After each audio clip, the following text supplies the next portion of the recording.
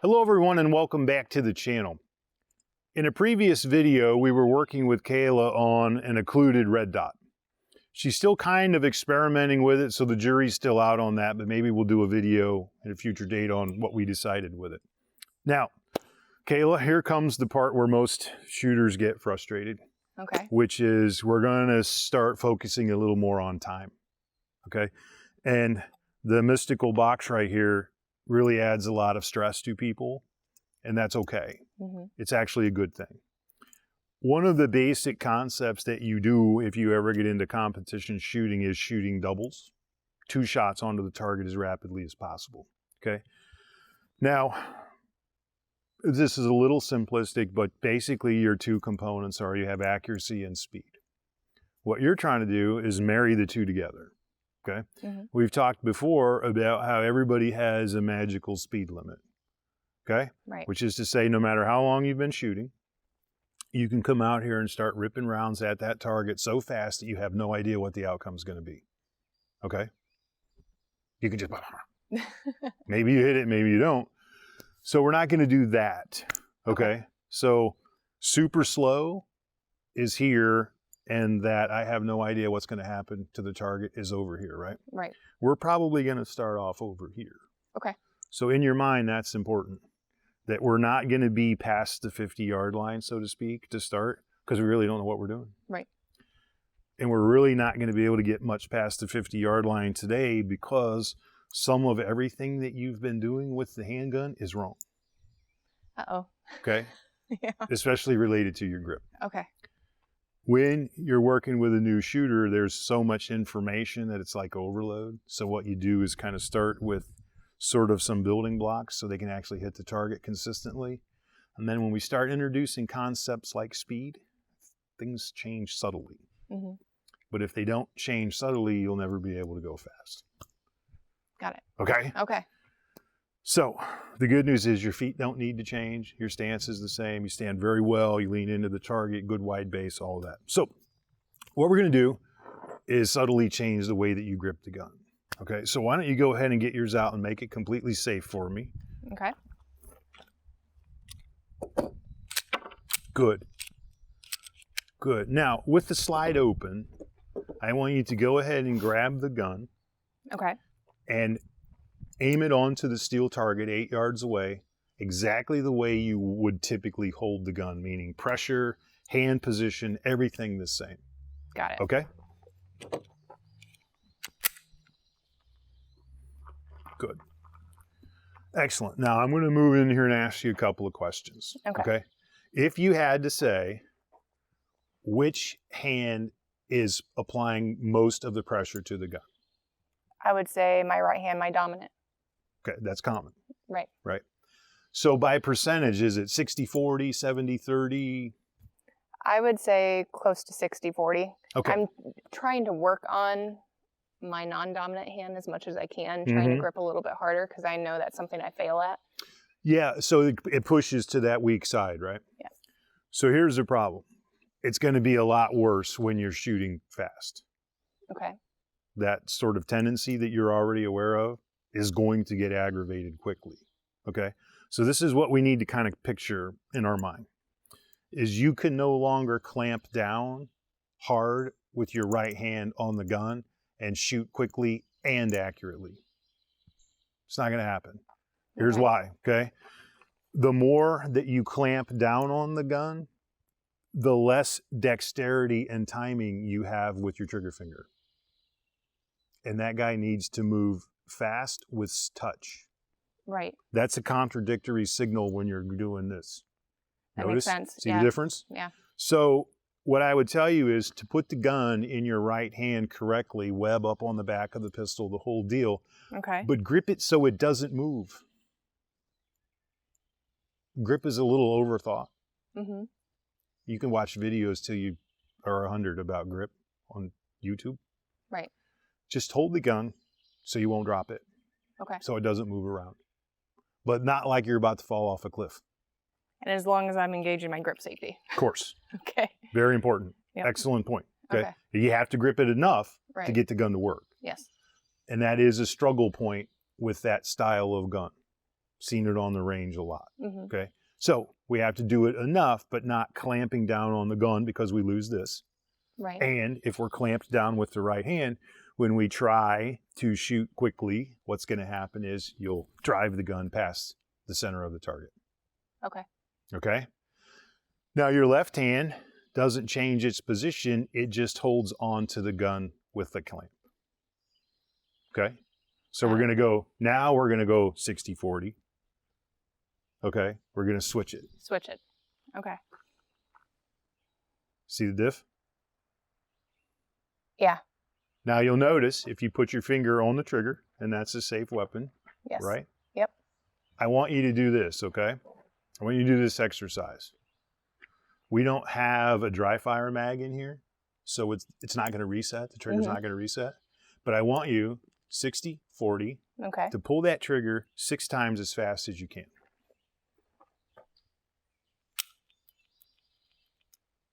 Okay? Okay. Is that as fast as you can? 60-40? I could probably go faster. Go faster. Go faster? Yeah. Okay. Okay? Fast as you can. Good. Now I want you to lighten up a little more with the right. If you can, tighten up a little more with the left and see if you can go faster and more nimbly. Whenever you're ready.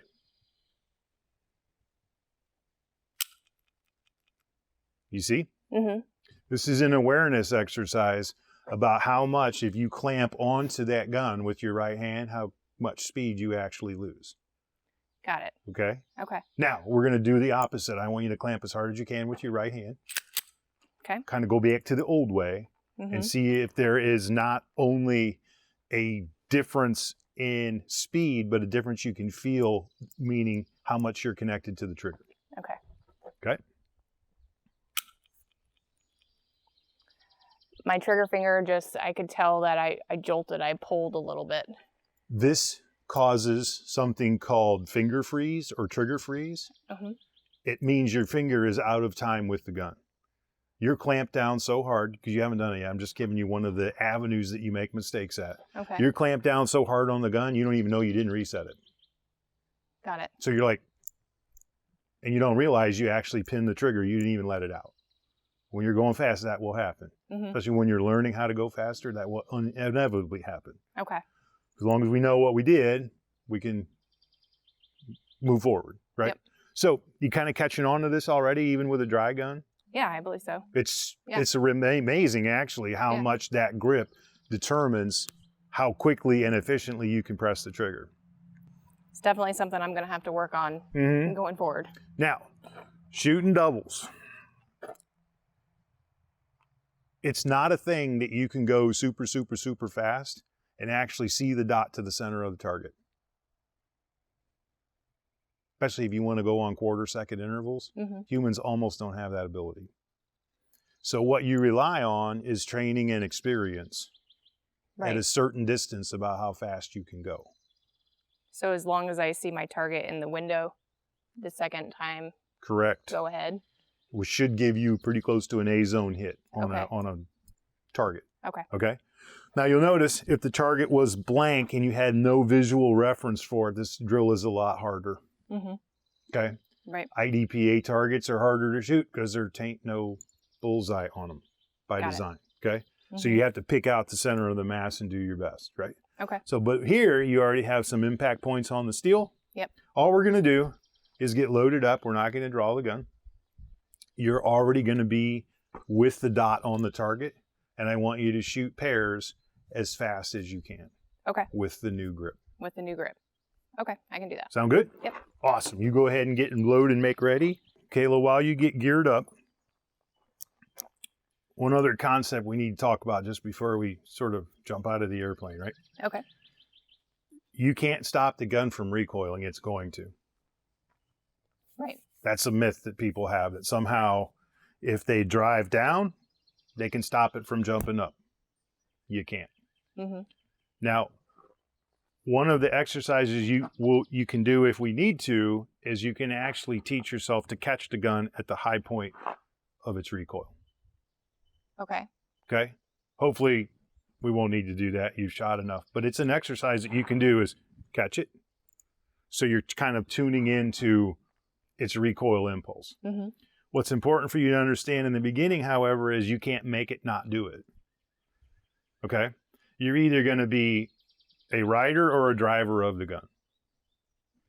Okay? If you get the right clamp on it, the right finger squeeze, you'll be fine. Okay. But it is going to recoil. Of course. Okay? Yep. So kind of divorce yourself from the idea that you can make it stop. Okay. Because you can't. You can make it dampen, would be the right word, I think. Mm-hmm. But we'll see. Okay? Got it. Awesome. I'm going to get this out of your way.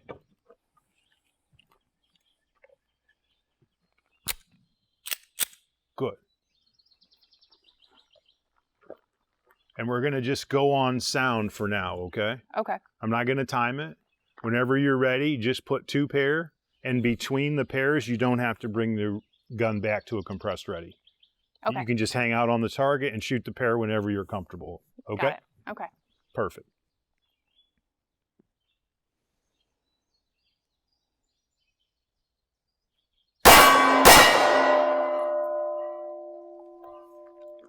Good. Slightly left for both, right? Yep. Okay. So maybe a little more pressure left hand. Okay. Okay. Go ahead. Good hits. Those were solid. We'll take those. So at the speed we're working, they're not going to be in the same shot hole, right? Right. But both of those would have provided you a solid A zone hit. So that's a good result. Okay. Good. Just practice a little more.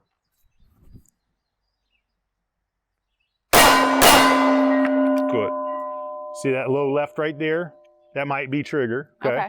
But what I'm encouraged about is we don't have any shots way down at the bottom of the steel. Right. And we don't have any at the top. Okay. Which means we're not sort of trying to control the outcome by driving the gun past center or stopping short. Right. Perfect. Okay. Keep going.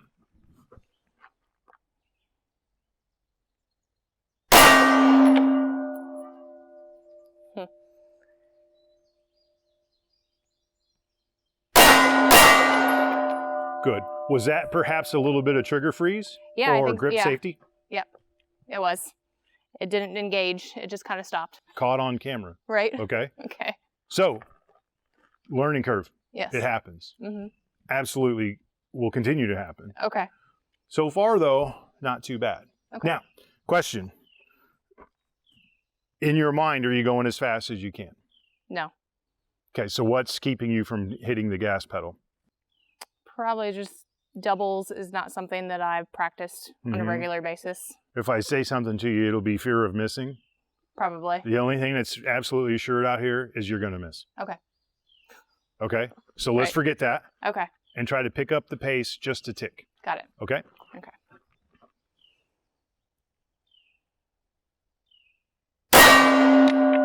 Uh-oh. And I'm out. That's the only other assured thing on the range. Right. Eventually you run out of ammo.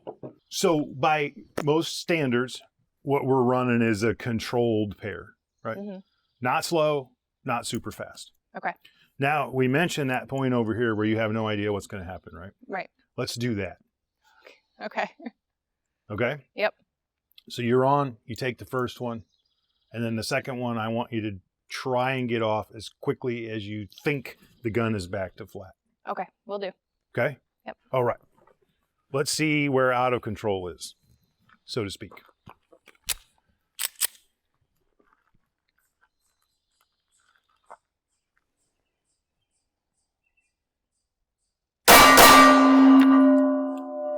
Whoa.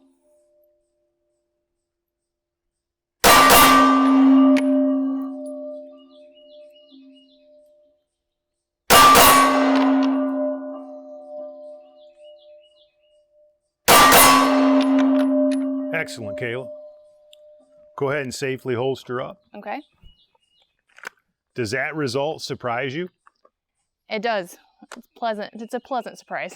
Yeah, and here's why, right? Once you lose the interference that your brain is providing you, that the shot has to be perfectly on the X, Mm-hmm. you don't get that much worse of a result. Yeah, we would like to clean up the bottom a bit. Right, yeah. But I would venture to say that if you took an IDPA A-zone target down there, those are going to count. Okay. Okay? And that's an important concept because that scoring encourages, sometimes depending on the stage, actually encourages C hits because they stress time. Mm-hmm. Especially in IPSCA, they stress time as much as accuracy depending on the stage, right? Okay. Yeah. So what you have is a totally acceptable outcome when you go faster. Right. Okay? And faster is natural. Faster is more reactionary. Faster is training and experience, not your brain kind of trying to steer the dot down to perfect. Mm-hmm. And the whole time the clock's ticking.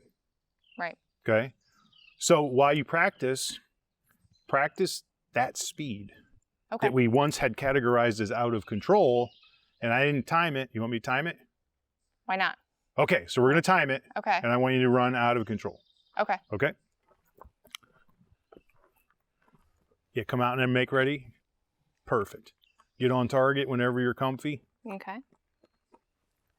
Now you're going to go on the beep, okay? Okay. Shooter ready? Ready. On the beep.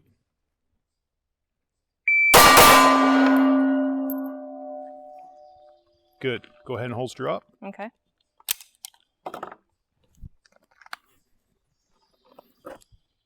.27. Whole drill complete in 0.5. Great.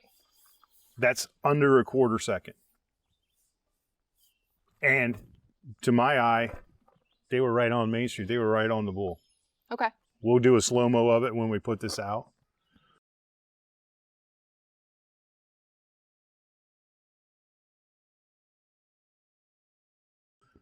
So now we're over the anxiety of going fast. We should be, right? Yes. Which was really the point of today's exercise. Okay. The world will not stop spinning if you go fast, nor will it stop spinning if you miss. What we're trying to do is get you tuned into the idea that you can control the gun with a looser right hand, a tighter left hand, and you actually increase speed and the nimbleness of your hand. Right. Weird, right? No, I enjoyed this. This is something that I'm going to definitely continue to work on. You did great. Thank and you. You should, because this is a basic tenet not only of comp shooting, but of defending yourself. Because of the relatively low stopping power of most handguns, you're probably going to need more than one. Right. Just how it goes. Okay? Okay. You did great. Thank you for coming out. This was a good result. Keep practicing fast. Obviously safely, but that's perfect. Unbelievable. Thank you. Okay? Yeah. Awesome. Hope you guys like what we're doing. If you do, don't be afraid to like and subscribe, and look forward to some more videos from Kayla in the near future.